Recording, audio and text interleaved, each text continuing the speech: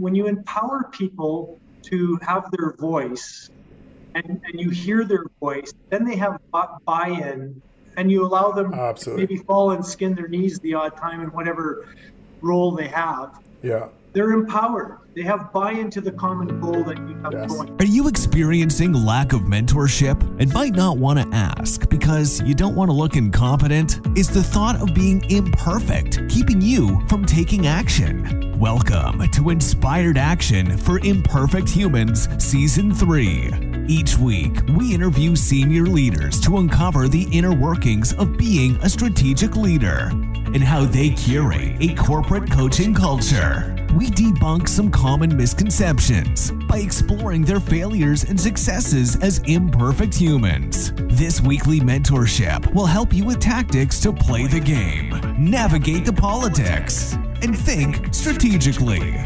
From the heart of Calgary, Canada, here's your host, award-winning coach, Kyle Kalloo. Well, hello everyone. Thank you for coming and joining us for another exciting week. Speaking to one of the leaders just in Calgary here. Actually, I'm going to introduce you to Marshall Toner here in a second. And I just want to welcome everyone who's joining. Either you're listening or you're watching us. Thank you for being here. You already heard about my name already, so let's just kind of jump right into it because I'm really excited to chat with Marshall here in a second. So Marshall Toner here leads the JLL Canada group, and that's for Jones Lang LaSalle, for those who may not be as familiar with it.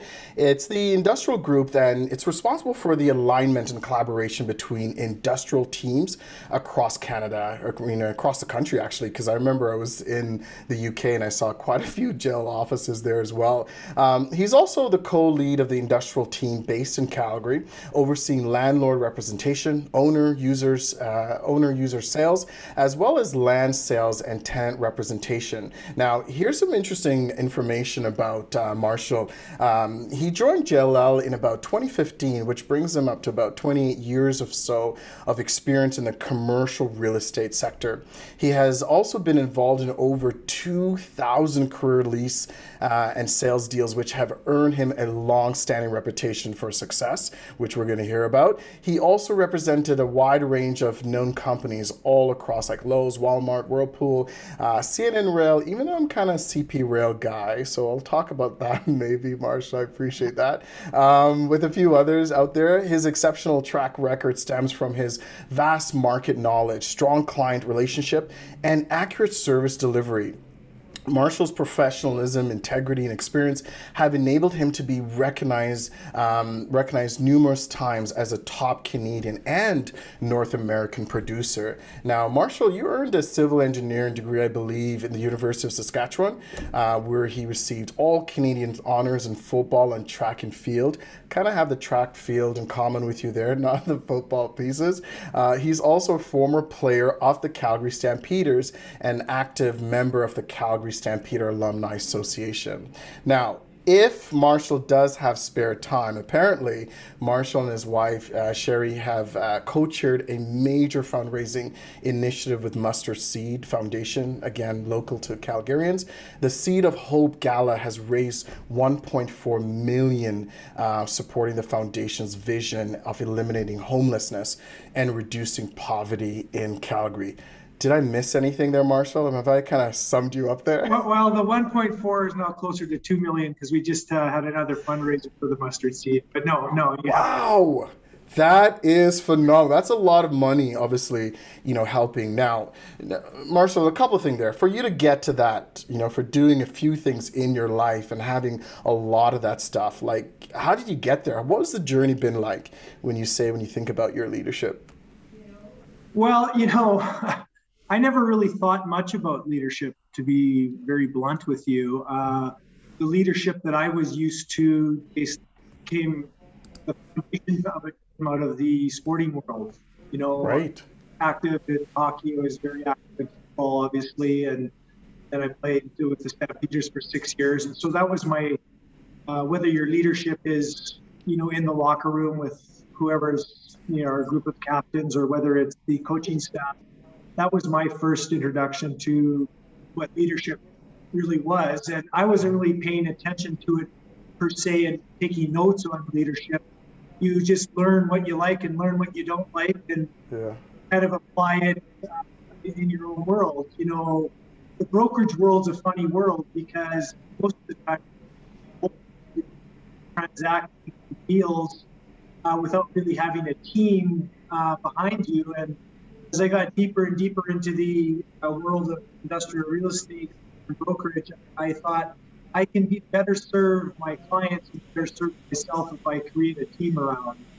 And I've had a team probably for, I don't know, 16 years. It started with one person that's grown to 10 people now locally in Calgary. Right. My role with JLL across Canada, just kind of making sure the offices in Vancouver, Edmonton, Calgary, Toronto, and Montreal work together on a greater scale. So to answer your question, that was a long answer to it, Kyle. That's good. My first introduction to leadership was in the sporting world.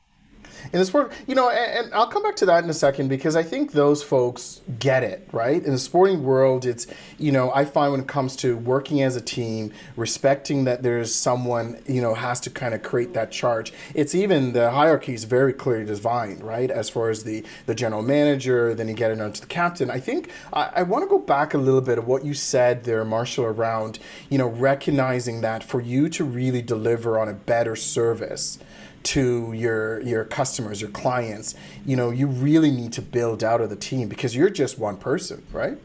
Yeah, I just found two things, Kyle. One was to create a better service platform, but two was to have some sort of quality of life. I mean, when you're a lone wolf trying to do that all by yourself, that could be very time draining and time consuming. And, you know, you give a little bit up of the pie, but I think at the end of the day, 1 + 1 = 3 instead of 1 + 20 going 2. So it's a decision I've never regretted. It's been very good for me, professional perspective.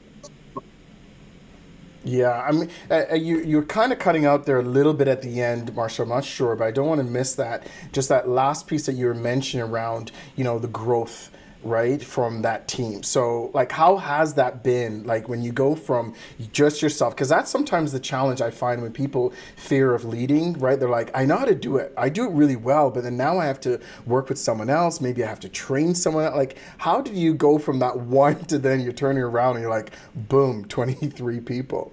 Well, you know, you apply principles that you've learned or you've been exposed to, that you either take a note of or you just have it by osmosis, right? Yeah, right. And then number two, I think I've been a big proponent of an advocate of personal growth. And you just read on certain people or I remember reading all of John Maxwell stuff 20 years ago. That was kind of my start to it. And then you formulate your own recipe that seems to work for you with some trial and error, of course. Never goes as smoothly as one would think. And you think you constantly tweak that depending on who's working for you, what kind of personalities working for you, and ultimately what kind of job you're in. Yeah. Now, from the sports side to what you're doing right now, is there much of a differences, or do you find that there are some transferable disciplines that happens there? You know, for me, when I look at all the team sports out there, football is one of the truest team style, especially on the offensive side of the ball. Just takes one, you can have the perfect play. And one guy doesn't do his job and the play goes crap. Right? So you learn a lot of everyone doing their own job, being responsible for their own job, not worried about what the guy beside him is doing. Let him take care of that. And just how not wanting, you know, if you're really a true team, it doesn't matter who gets the glory at the end of the day, in the game, as long as we're all contributing to that end result and that common goal, that's what's important. And it's very transferable to the business world. It's kind of the same thing. The goals are different per se. It's not winning the cup. It's hitting revenue targets, acquiring customers, doing good work, whatever it happens to be in your own world. And it's the same kind of thing. You know, I'm a believer of good leadership's about, you know, owning the failure, you know, and sharing in the successes. And lots of leaders want it the other way around. They want to throw people under the bus, and they want to own the success. I found early in life that doesn't work very well, and it takes a certain amount of ego compression to do that, because it's really great to put up your hand when things are going well. Very difficult when you've had something go left, when you thought it would go right. You have to own that, whether it's a client or another person. And I believe in sharing in success, sharing in the win. Very, very important as a leader. And you know what? Sometimes I think, Marshall, is just there's something that we call you heard of that in the intro, the curating that corporate coaching culture, where if the environment is not set up a certain way, then sometimes it can get in the way of you getting really some team buy-in and team results. And so how do you find people think about the team results that they do in sports, right? It's very clear there's no outside of an MVP, it's a team result thing, right? Like the team won, or it's not you won, it's a team won. But sometimes the environment, we say that we want that, but then we didn't individualize, say to them, but what about your performance though? Like what is... Well, I think there's a couple ways to look at that. It depends at the end of the day what kind of culture that you're wanting to create, and then what kind of behavior you're willing to tolerate. I mean, in the sporting world, it's a very good example to me. You've seen teams that have a star player on it that, as they call it, a cancer in the room, or someone that right. Not pulling the bus the same way everyone else is. And it doesn't matter how talented they are, they undermine what you're trying to do at the end of the day. And some owners, managers, bosses, they'll accept that kind of behavior because they're hitting targets, they're very good at what they do, but they seem to lose and not understand what they're really doing in a silent sense is undermining what you're trying to create. And I think it's to, stars in anything, whether it's sports or in the world, they're a different phenomena. I mean, they are who they are for a reason. The top sales guy who knocks it out of the park is no different than a great receiver or a great or a great have some sort of skill set or drive or something that's taken them to that level. So is there a way to harness what drives them and make that coexist with the rest of the team or co-workers to achieve a result that everyone's bought into? Yeah, absolutely. I had a small little stint with coaching bantam ball for basketball, and I remember, selecting a team. There's one guy, he was great, Marshall. This guy, every time he went for the hoop, he got all the time, all day. Didn't pick him. So, of course, his parents were very upset by it and a few other. And I said, but he's so good that he forgets there's other people on the court. Right? There's other people. And so that's that team buy-in. I know you guys do this as an organization, which I think is great. When we talk about, there's a tool that we use here as well called the 5 behaviors of a cohesive team. And one of those things that we do is about, the 5th behavior is results. And it's specifically on team results, right?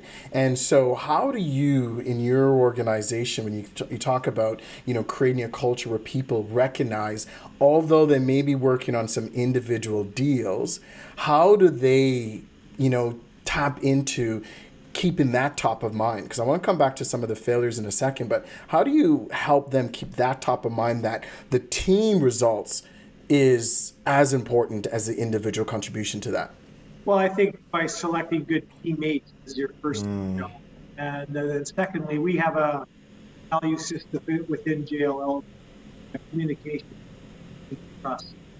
And if you buy into that theory, then I don't think you're going to have much of a problem, whether you're a high producer or medium producer or striving to get to higher levels, because it's pretty clear. Let's communicate with one another. Let's collaborate with one another. Let's trust one another, and we'll all win at the end of the day. Not everyone subscribes to that theory, and if you don't, it's difficult to operate within our particular culture. Now, I'm not saying because someone doesn't want to fit into that culture, they're not really good at what they want to do. It's not really good at the way we want to. Because then you take a look at what the culture you're trying to create, that everyone has to be able to have a role in that. You mentioned earlier some failures. And that's, our podcast is really, we call it Inspired Action for Imperfect Humans, because that's the head fake is we're all imperfect, right? Is some of us are making decisions. Some of those are just saying, listen, I'm just deciding. So when you think about your long stints, 28 years into this type of, experience and field and then starting to lead people, what would be some of your failures that happened along the way? I mean, because I know in sports you could probably say a few, because there's always something going on there. Yeah, it didn't matter if it's sports or in business. Is my biggest failure was, and this is good to you, but not understanding that everyone was motivated and driven like I was, and you can't apply what you use for gas to everyone else, and then wonder why they can't do what you're doing, and being somewhat intolerable or not understanding that they're just not driven by the same metrics that you are. That was my biggest failure. I wish I could undo that. I was probably in my mid-30s before I figured that out. I mean, as stupid as that is to say, and that there's room for other people on the bus that aren't driven the same way. We don't all have to be unicorns to make that happen, and everyone has a skill set, and it's kind of finding the fire or finding the ignition switch for those people to allow them to get to their highest level of achievement or their better self, or whatever terminology you want to use, and just tolerance, understanding were some things that I had to learn. So it wasn't a financial failure or that. It was just in the business of human relations. Right. Yeah, it's a really interesting thing, because so many leaders, especially the emerging leaders, are always trying to say, I have to do it the same way. I have to do this.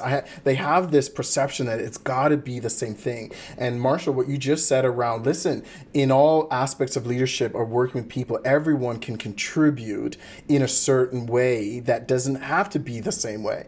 As long as a contribution is backing to that overall result, it could be helpful. But I think that's where people get stuck, is they feel leadership is one way. And I often say this, the days of 1812, right? Certain things are great from 1812. Doesn't mean it still applies today. I'm not saying I don't value certain disciplines from 1812. I'm just saying for those people holding on to ways of leading where sometimes it's always a command and control, or I have to know better than you, right? You work with some innovative people. Well, I think really good leaders can read the room, or read the office, or read the locker room, or whatever it is, and they know and they have an ability to sense what it's going to take for every one of those people to find their highest and best self. And that's a very unique skill. And if you find that, and then if you're able to, there's another word I'd like to throw out there, which is alignment. If you get alignment between all the stakeholders, and the leader is the guy who or person, I should say, who's trying to create that alignment between all parties and find a support mechanism to make sure everyone can contribute in their best way. That is a really special person that's able to use that. Yeah, I like that. Contributing to their best way, right? That's definitely going to be a takeaway from this today, is just really about how do you contribute your best way, right? And I get sometimes you may have to say, what would Marshall do? What would this person do? Until you sometimes get your voice around what that looks like. And that makes sense. But it cannot always be what would Marshall do, right? Because then they're not sometimes contributing their best way. So what I would suggest too, and you probably do this, Kyle, but there's various personality inventories out there that will help. We all kind of fall in, depending on which one of those ones you subscribe to, whether it's Enneagram and whether it's the 4, where people are broken down into 4s or broken down into 8s or whatever they are.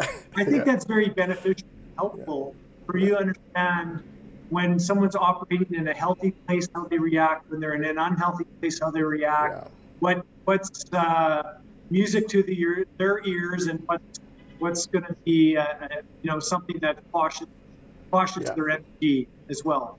Yeah, and that plays a part around back to that team collective, right? It's not just yourself, because out there we know we often hear about the golden rule, right? The golden rule is treat others the way you like to be treated, right? And the space that we do in leadership as well as in coaching, is more around, we call the platinum rule, which is treat others the way they expect to be treated, right? Because there's times when you talk about building a relationship that you have to think about someone outside of self for that collective group, right? Like, how do we drive that results versus, hey, I need to be spoken to this way and everyone here is going to speak to me this way. Sometimes it's about understanding who, like you said, read the room, be mindful of who else is in that space, and then how do we ensure there is alignment. And alignment doesn't always have to be, it has to be my way, it has to be your way. It's just we are aligned to a way to get to where we need to be.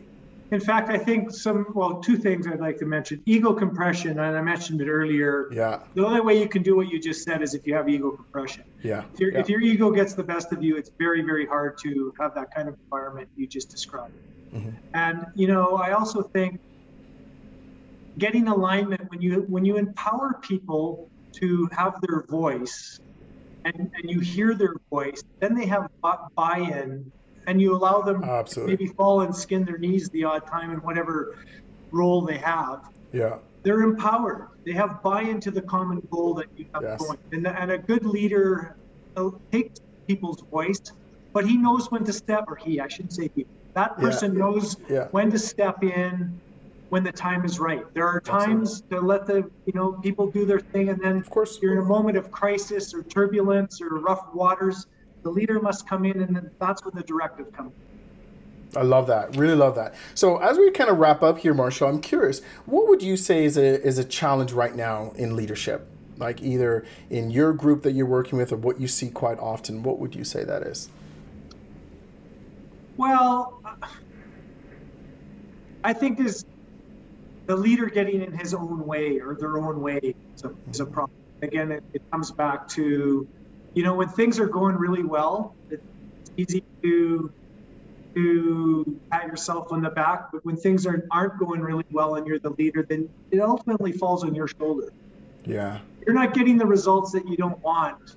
What are you doing? What are you contributing to the recipe that you're not getting that result? Are you selecting people wrong? Are you got the wrong recipe in place for the people that you have? Have you given them unattainable goals? Have you created a crappy culture? What have you done that's getting in the way of or inhibiting the results that you want? And I think that's and it's something that I have to do to check in with myself. Even though I'm aware of it, I still have to occasionally because as humans, we let our own needs and wants and get in the way of the results at times, and you just have to make sure it's a constant check for me, I guess. Yeah, being mindful of it. And so what would you say for an up-and-coming leader? If there's one thing from your opinion, because we've talked some fantastic stuff today, is there one thing that you say, listen, if you just focus on this is going to allow you in your leadership to move the needle in the right direction? What would that be? I'll use the analogy of players that become coaches and they forget what it was like. The things they hated as a player and they institute that as a coach, same as a boss, right? The things you didn't like when you were the rank and file and you get to a leadership position, then all of a sudden you want to do it a different way and become that person that you didn't like when you were in the rank and file. And it's different for everyone. But I think that's just remembering where you came from. I guess that would be and what you like about leaders that you had and what you didn't like about leaders that you had, and why was it?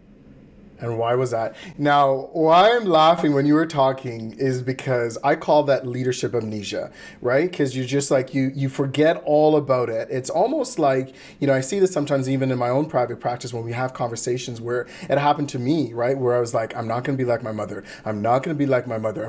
And I turned into her, right? And I was just like, how did that happen? And I think what happens is we fixated, right, on certain qualities. And usually it's not the good ones. And then because it's still top of mind. But what I like is what you added is not just on the stuff that you don't want, but the stuff that you really enjoy too about that leadership. And that's something you should be mindful of, to say, hey, the great leader did this great and I could model off that, versus so fixated on, I want to be this, I don't want to be this, and they turned into that, right? Where you're just like, do you remember we were both on the same team and we didn't like that guy? And so now what, right? Yeah, I think it's important for a leader to create a atmosphere of trust, and trust where he has, or they have, awareness. Yeah. And feedback is a gift, but getting feedback from people that are giving you versus what you want to hear. You know what I'm saying? Yeah. And that's all hard. We don't like to be critiqued, but if you have people that are close enough to you to tell you what's really going on and what they really see versus what you want to hear, that's an important ingredient, I think, to making sure that you don't have leadership amnesia, I think. Yeah. And that allows you to check the ego compression, right? Because at the end of the day, feedback, and we say to people all the time, feedback is just feedback. There is no positive feedback. There's no negative. Feedback is just feedback. It's how you receive it sometimes in that moment. Marshall, you're phenomenal. I don't care what they say about you. You're a great guy, okay? I'm only planning. So a couple things for our listeners and viewers today. Marshall and I really got into some conversation around leadership. When we talk about how are you being mindful, how are you reading the room? Are you making sure you're mindful of your audience? JLL obviously supports a vision around communication, collaboration, and it's also trust. So again, you have to be able to give people an opportunity to do what they need to do, right? So it's one thing to get involved, but you have to know when to get involved. It's not always just delegating and leave them on their own, but it's about how do you get involved. And I really like that piece that you offered today about, being mindful of that ego compression, is in the sense of saying, hey, am I here just to receive this information? Because I could only do so much by myself, and I need to be able to do it collectively when we think about the team as the team results. What type of environment are you guys creating in your leadership? Is it allowing your people to grow? Because sometimes your business or the industry you're in requires that you are providing a service that maybe just you can't provide, and you need a collective group to be able to do that. So you need to be able to be mindful of that as well. Did I miss anything there in that summary? That's a pretty good summary. I don't even think I could do it. It was my words. So good work. Wonderful. Thank you so much, Marshall, for joining us today. Guys, and thank you for listening, guys and gals, for listening and watching today. I hope this was informational for you. And again, if you do have any questions or comments, in the show notes, we'll have some contact information there, so you'll be able to tap into that as well. And if you're not done this already, please download, subscribe, and share this podcast with those folks out there. We'll see you next week on Inspired Action for Imperfect Human. Take care. Thank you again, Marshall. Thank you. There you have it. Thank you for listening. It's our goal to build a global community of inspired action takers, and we can only do that with your help. So, if you love Inspired Action for Imperfect Humans podcast, please leave us a review on your favorite podcasting app. Provide a rating, download, subscribe, and share us on your socials. New episodes every Tuesday. You've heard from us. Now, we want to hear from you. Keep the conversation going by joining our private Facebook group, Inspired Action for Imperfect Humans, or go to inspiredactionpodcast.ca and tell us, what is the inspired action you took this week? Next week on Inspired Action for Imperfect Humans. And it's about helping the people that I work with to be really the absolute best that they can be. And I think when I've figured that out, that's when that's when as a team we started to experience more success, because when everyone else was doing awesome, then that just pushes the other leaders up, not out.